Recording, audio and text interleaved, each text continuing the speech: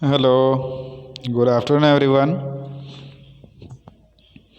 तो आज हम स्टडी करने वाले हैं फंक्शन मैनेजमेंट એટલે આપણે ગુજરાતીમાં કહીએ તો સંચાલનના કાર્યો સંચાલનના કાર્યો વિશે આપણે માહિતી મેળવશું। તો ફર્સ્ટ ઓફ ઓલ આપણને જે પ્રશ્ન આપ્યો છે એ છે મેનેજમેન્ટના કાર્યો લખો અને કોઈ પણ એક ટૂંકમાં સમજાવો। બરાબર, કોઈ પણ એક કાર્ય લખવાનું એને શોર્ટમાં સમજાવી દેવાનું। બરાબર છે, એ રીતે કોઈ સવાલ પૂછેલો હતો ડિસેમ્બર 2015માં। તો સંચાલન એ એક એવી પ્રક્રિયા છે કે જે વિવિધ તત્વોની બનેલી છે, જેને સંચાલનના કાર્યો તરીકે ઓળખવામાં આવે છે। તો સંચાલનનું કાર્ય આયોજન એટલે કે પ્લાનિંગથી શરૂઆત થાય છે। બરાબર ને, પ્લાનિંગ કરવા પડે પછી એનું સંચાલન થાય। બરાબર, અને અંકુશ એટલે કે કંટ્રોલિંગથી પૂર્ણ થાય છે। તો આયોજન અંકુશથી આ ઘટમાળ ચાલ્યા જ કરે છે। બરાબર ને, પ્લાનિંગ કરવાનું, તેને કંટ્રોલ એટલે કે અંકુશ કરવાનું, એ બધું ચાલ્યા જ કરતું હોય આખો ઘટનાક્રમ। બરાબર, અને પ્રતિશોષણ એટલે કે ફીડબેક દ્વારા ભાવિ આયોજનમાં ફીડબેક દ્વારા એટલે કે ભાવિ આયોજનમાં જરૂરી ફેરફારો કરવામાં આવે છે। તો સંચાલન કાર્યોની યાદી વિવિધ વિચારકોએ અલગ અલગ રીતે રજૂ કરેલ છે। તો આ પૈકીની એક છે આધુનિક સંચાલનની યાદી, અને બીજું આપેલું છે લ્યુથર ગ્યોલિકની યાદી। બરાબર છે ને। તો આધુનિક યાદીની વાત તો કરીએ તો એની અંદર આપણને આપેલું છે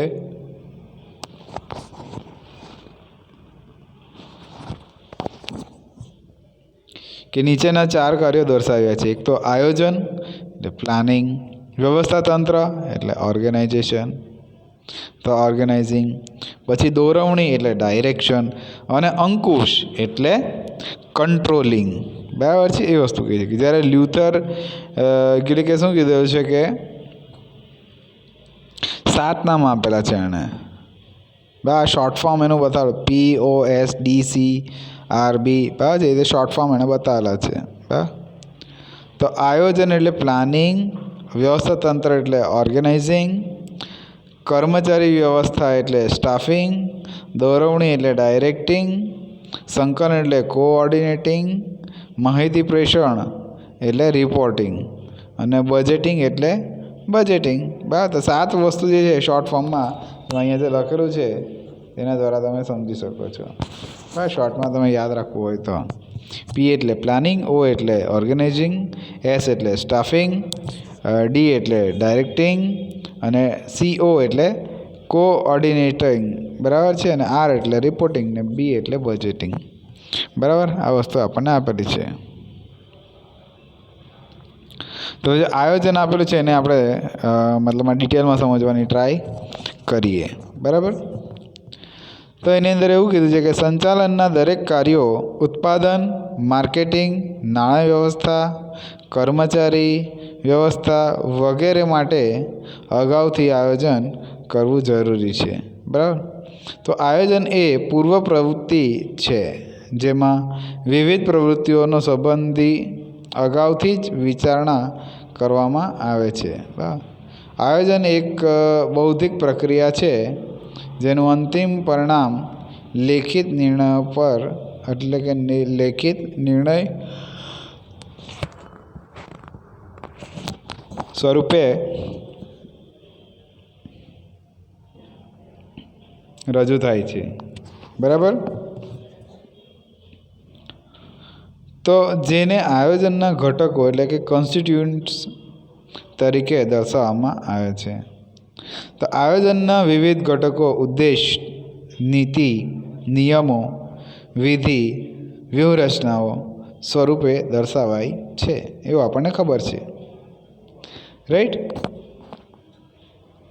તો હવે વાત કરીએ મતલબમાં કે ધ્યેય સિદ્ધિ અસરકારક બનાવી શકાય નથી.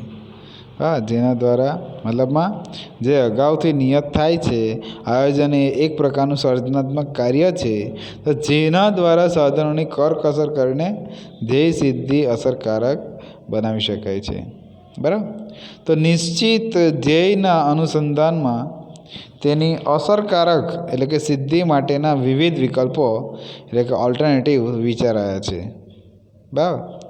તો પહેલું અહીંયા કીધું કે ભાઈ દરેક વિકલ્પનું સાધનોના વપરાશ અને લક્ષ્યાંકોની સિદ્ધિના અનુસંધાનમાં સાપેક્ષ લાભાલાભ સ્વરૂપે મૂલ્યાંકન થાય છે અને સૌથી શ્રેષ્ઠ વિકલ્પ પસંદ કરાય પણ છે. બરાબર. તો આયોજન અને અંકુશ કાર્ય એકબીજા સાથે એટલા ગાંઠ રીતે સંકળાયેલા છે કે તે તેમને ક્રુન્સ અને એડોનલ છૂટા પાડીને ન શકાય તેવા જોડિયા બાળકો એટલે સેવન્સ ટ્વિન્સ આપણે કહી શકીએ ને તરીકે પણ દર્શાવાય છે.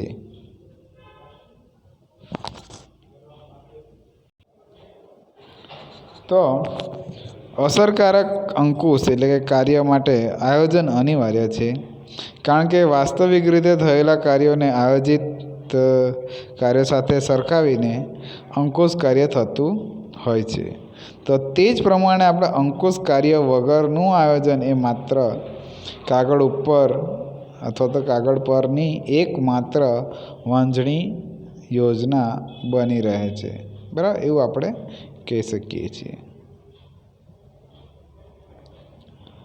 ત્યારબાદ વાત કરીએ વ્યવસ્થા તંત્ર એટલે કે ઓર્ગેનાઇઝિંગ. બરાબર. તો એની અંદર આપણી પાસે સૌપ્રથમ આપ્યું છે કે કોઈપણ પ્રવૃત્તિના ધ્યેયના અનુસંધાનમાં તેનો વ્યાપ જે છે ને અને કાર્યક્ષેત્ર નક્કી થતું હોય છે. બરાબર. કોઈપણ પ્રવૃત્તિના ધ્યેયના અનુસંધાનમાં તેનો વ્યાપ અને કાર્યક્ષેત્ર નક્કી થાય છે. તો જેના અનુસંધાનમાં પ્રવૃત્તિઓની યાદી બનાવાય છે.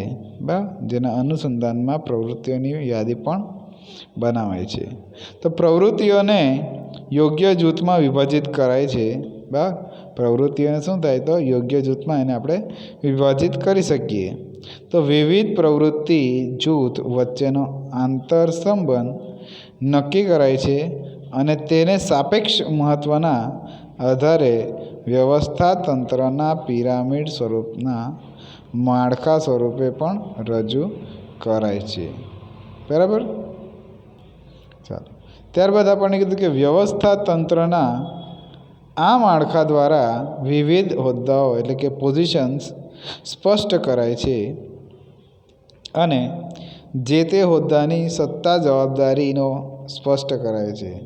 હા, સીધું જે વસ્તુ કે એક પિરામિડ બનાવે તેમાં સ્ટેપ બાય સ્ટેપ એક ઉચ્ચ સપાટી માલિકોને બધા હોય, પછી નીચે એમ્પ્લોય હોય, નીચે વર્કર હોય. બરાબર, એ રીતે હોય.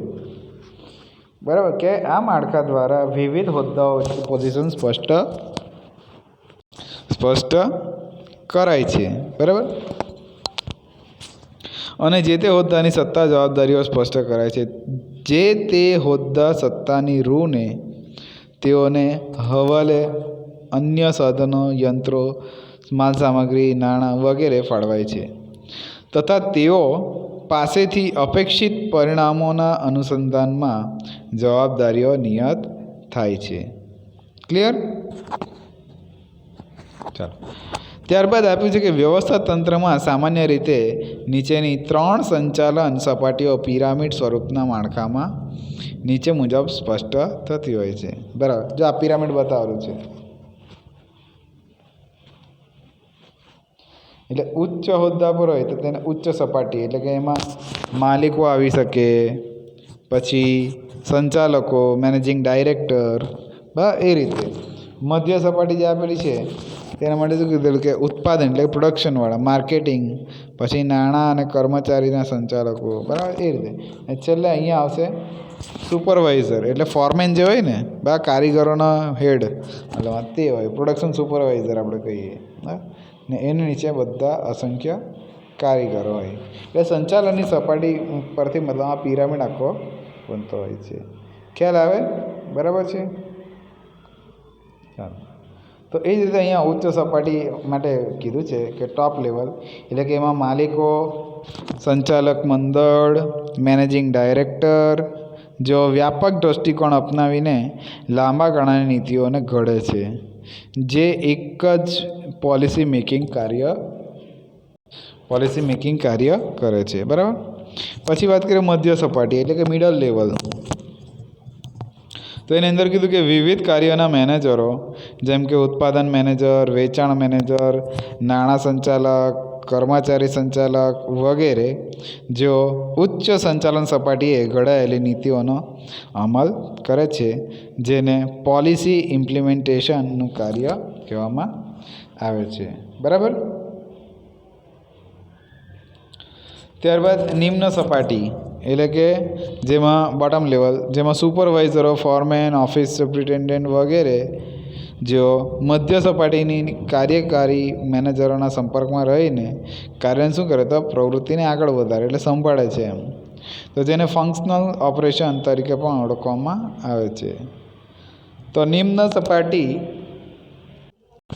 નિમ્ન સપાટીની નીચે પાયામાં અસંખ્ય કાર્યકારી કર્મચારીઓ હોય છે, જેમ કે કારખાનામાં કારીગરો, વેચાણ કાર્યમાં સેલ્સમેનો, નાણાં કાર્યમાં કેશિયર, અકાઉન્ટ ક્લાર્કમાં વગેરેનો સમાવેશ થતો હોય છે. બરાબર. તો આ બધી વસ્તુ આપણે ધ્યાનમાં રાખવાની. ત્યારબાદ વ્યવસ્થા તંત્રમાં વિવિધ સપાટીના અનુસંધાનમાં સત્તા અને જવાબદારી બરાબર છે. વિવિધ અનુસંધાનમાં સત્તા અને જવાબદારીઓ સ્પષ્ટ થતી હોય છે. તો તથા સત્તા જવાબદારીઓ એટલે કે ઓથોરિટી રિસ્પોન્સિબિલિટી વચ્ચે યોગ્ય સંતુલન જળવાતું હોય છે એવું આપણે કહી શકીએ. ત્યારબાદ વાત કરીએ ભાઈ કર્મચારીની વ્યાખ્યા. કર્મચારી વ્યવસ્થા એટલે કે સ્ટાફિંગ કઈ રીતે થતું હોય. બરાબર. તો વ્યવસ્થા તંત્રમાં વિવિધ પ્રવૃત્તિઓના આંતરસંબંધો દ્વારા વ્યવસ્થા તંત્રના માળખા એટલે કે ઓર્ગેનાઇઝેશન સ્ટ્રક્ચરની રચના થાય છે. તો આ માળખા દ્વારા ઉચ્ચ સંચાલન, મધ્ય સંચાલન અને નિમ્ન સંચાલનની સપાટીઓ નક્કી કરવામાં આવે છે. બરાબર છે ને. તથા ઉપરી અધિકારીઓ એટલે કે સુપિરિયર, તાબેદારો એટલે કે સબઓર્ડિનેટ અને સહકાર્યકરો એટલે કે પિયર્સ સ્વરૂપમાં માનવ સંબંધો રચાતા વિવિધ હોદ્દાઓ સ્થપાય છે. તો દરેક હોદ્દાને ચોક્કસ નામ એટલે કે ટાઇટલ આપવામાં આવે છે તથા આવા દરેક હોદ્દાની સત્તાઓ અને જવાબદારીઓ નક્કી થતી હોય છે. તો વ્યવસ્થા તંત્રમાં સ્થપાયેલ આ પ્રકારના વિવિધ હોદ્દાઓ પર કર્મચારીઓને નીમવાના કાર્યને કર્મચારી વ્યવસ્થા એટલે કે સ્ટાફિંગ અથવા મેનિંગ કહેવામાં આવે છે. બરાબર. અને સામાન્ય રીતે જોઈએ તો દરેક હોદ્દાની જરૂરિયાતો જોબ રિક્વાયરમેન્ટના આધારે તે હોદ્દાઓ માટે આવશ્યક લાયકાતો અને અનુભવનું સ્પષ્ટીકરણ કરાય છે. ભાઈ આટલા અનુભવ છે, એનું આટલું થાય, આનું આટલું થાય. બરાબર છે. એ રીતે એમ. તો કર્મચારીઓની નિમણૂક સંબંધી ભરતી પસંદગીની નીતિ સ્પષ્ટ કરાય છે. આ ઉપરાંત નવા કર્મચારી માટેની તાલીમની જરૂરિયાતો તથા ચાલુ કર્મચારીઓની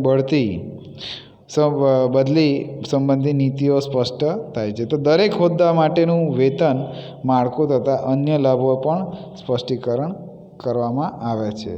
બરાબર છે. તે જ રીતે હોય છે. તે રીતે સ્ટાફિંગ થઈ શકે. આધુનિક સંચાલન વિચારધારા હેઠળ કર્મચારી સંચાલનને માનવ સંસાધન સંચાલન એટલે કે હ્યુમન રિસોર્સ મેનેજમેન્ટ HRM તરીકે પણ ઓળખવામાં આવે છે. બરાબર. તમે સબ્જેક્ટ શીખી જ ગયા હશો, એ ખ્યાલ હશે. ત્યારબાદ વાત કરીએ દોરવણીની. તો સંચાલનમાં ધ્યેય પ્રાપ્તિ અને અન્ય માનવીઓના પ્રયત્નથી થાય છે. બરાબર છે. અન્ય માનવીઓથી પ્રયત્ન થાય. તો સંચાલનની આ રજૂઆતમાં દોરવણીનું કાર્ય અભિપ્રેત છે. ધ્યેયનું ઘડતર કરનાર સંચાલકો અને ધ્યેયનો અમલ કરનાર મદદનીશો ભિન્ન માનવ જૂથ હોય છે. તો આથી સંચાલકોએ જે ભૂમિકા અને ખ્યાલો હેઠળ ધ્યેય ઘડ્યા હોય તો તે અંગેની સમજૂતી ધ્યેયનો અમલ કરનાર મદદનીશો પૂરી પાડવી પડે. બરાબર, જે જ રિક્વાયરમેન્ટ હોય તે રીતે મતલબમાં મદદ પૂરી પાડવી પડે. તો વળી વાસ્તવિક તથા કાર્ય કરતાં ઉદ્ભવતી મુશ્કેલીઓની જાણકારી મેળવવા અને તેનું તત્કાલ નિવારણ કરવામાં કોઈ માધ્યમની જરૂર હોય જ છે. વાહ, તો જે નિમ્ન સ્તરે કામ કરતા સુપરવાઇઝરો દ્વારા પૂરું પાડાય છે. તો ઉચ્ચ સંચાલન કરવા, બરાબર, ઉચ્ચ સંચાલન નીતિ અને વિવિધ વિધિ દ્વારા કર્મચારીઓને દોરવણી પૂરી પાડે છે, જ્યારે સુપરવાઇઝરો પ્રત્યક્ષ સંપર્ક દ્વારા યોગ્ય માર્ગદર્શન આપે છે. તો ઉચ્ચ સંચાલનને ઘડેલી નીતિ અને વિધિનું તેઓ અર્થઘટન કરે છે અને તેને સાચા અર્થમાં કર્મચારીઓ સુધી પહોંચાડે છે. બસ, જ્યાં રિક્વાયરમેન્ટ ત્યાં પહોંચાડી દે. સો દોરવણીનું કાર્ય એક દ્રષ્ટિએ નેતાગીરીનું છે, એટલે કે લીડરશિપ, કે ભાઈ આટલું આ છે, આટલું આ છે, એમ કરીને કામ કરાવવાનું. તો ઉચ્ચ સંચાલકોની નેતાગીરી તેમની નીતિ, વિધિ અને કાર્યક્રમો દ્વારા સ્પષ્ટ થાય છે, જ્યારે સુપરવાઇઝરની નેતાગીરી તેઓ દ્વારા તથા પ્રત્યક્ષ સંપર્કમાં પ્રદર્શિત થાય છે. બરાબર, તો કર્મચારીઓને પ્રેરણા કે અભિપ્રેરણ એટલે કે મોટિવેશન પૂરું પાડવામાં આવે છે, કારણ કે કાર્ય પણ દોરવણીની એક ભાગ જ છે. બરાબર છે ને. તો કર્મચારીઓની જરૂરિયાત, અપેક્ષાઓ અને મહત્વાકાંક્ષાઓના અનુસંધાનમાં તેઓને યોગ્ય પ્રેરકો પૂરા પાડીને તેઓ કાર્યોત્સાહ ટકાવી રાખે છે. બરાબર, તેમજ વધારી શકાય છે. તે જ પ્રમાણે ઉપરી અધિકારીઓ અને મદદનીશો વચ્ચે માહિતીનું સતત આદાન પ્રદાન થતું જ રહે છે. તો આથી માહિતી સંચાર એટલે કોમ્યુનિકેશન એ પણ દોરવણીનો એક ભાગ જ છે, આપણે કહી શકીએ.